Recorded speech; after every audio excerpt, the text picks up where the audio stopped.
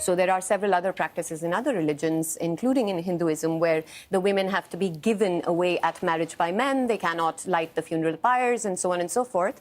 So one would hope that this would be applied across the board, this kind of move towards women's empowerment and equality and removing of obstacles, rather than being used to create an Islam versus...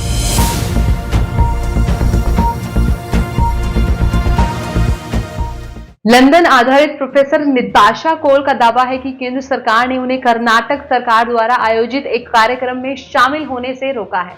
उन्हें Bengaluru airport पर रोका गया और London भेज दिया गया। उनके इस दावे पर सोशल मीडिया पर जमकर बहस हुई।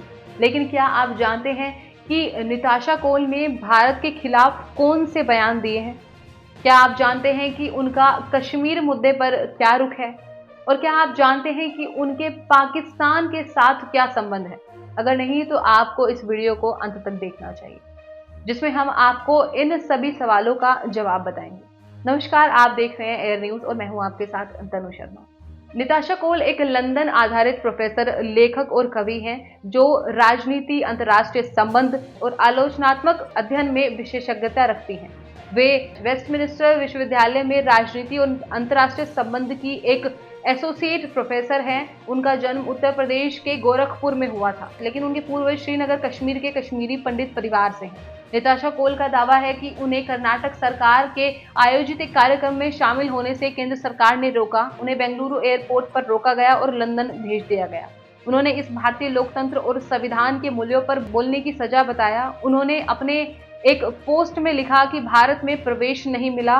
लोकतंत्र और संविधान के मूल्यों पर बोलने के लिए मुझे कर्नाटक सरकार, कांग्रेस शासित राज्य द्वारा एक सम्मानित प्रतिनिधि के रूप में एक सम्मेलन में आमंत्रित किया गया था, लेकिन केंद्र ने मुझे प्रवेश नहीं दिया। मेरे सभी दस्तावेज वैध और वर्तमान के थे। लेकिन उनके इस दावे पर सोशल मीडिया पर जमकर बहस हुई। लोगों ने उनके भारत के खिलाफ बयानों, कश्मीरी मांगों के समर्थन और पाकिस्तान के साथ रिश्ते और उनके विद्यालय के पाठ्यक्रमों को आलोचना का निशाना बनाया।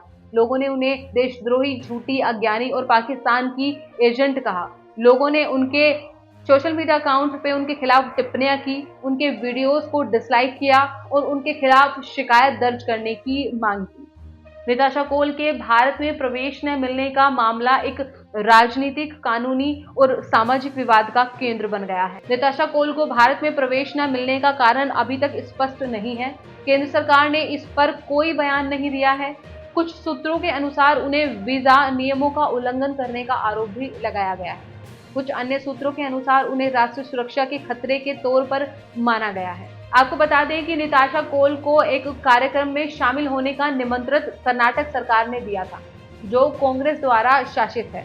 यह कार्यक्रम संविधान और राष्ट्रीय एकता सम्मेलन के नाम था, जिसमें भारत के संविधान के जनक डॉक्टर बी.आर. अम्बेडकर की जयंती के अवसर पर उनकी विचारधारा और योगदान पर चर्चा की जानी थी। इस कार्यक्रम में कई विद्वान, वकील, राजनेता, सामाजिक कार्यकर्ता और पत्रकार शामिल होने वाले थे। निताशा कोल के भारत के खिलाफ बयानों, उनके कश्मीर के लिए मांगों, उनके पाकिस्तान के साथ रिश्ते और उनके विद्यालय के पाठ्यक्रमों को सोशल मीडिया पर जमकर आलोचना का सामना करना पड़ा है।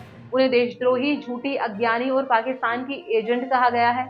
उनके खिलाफ शिकायत दर्ज करने की भी मांग की गई है। निताशा कोल का यह मामला भारत की लोकतंत्र और संविधान की मजबूती और कमजोरी को भी उजागर करता है। यह मामला यह भी दिखाता है कि अगर केंद्र और राज्य सरकारों के बीच कितनी असहमति और टकराव है। यह मामला यह भी दिखाता है कि सोशल मीडिया कितना प्रभावशाली और जोखिमपूर्ण हो सकता है।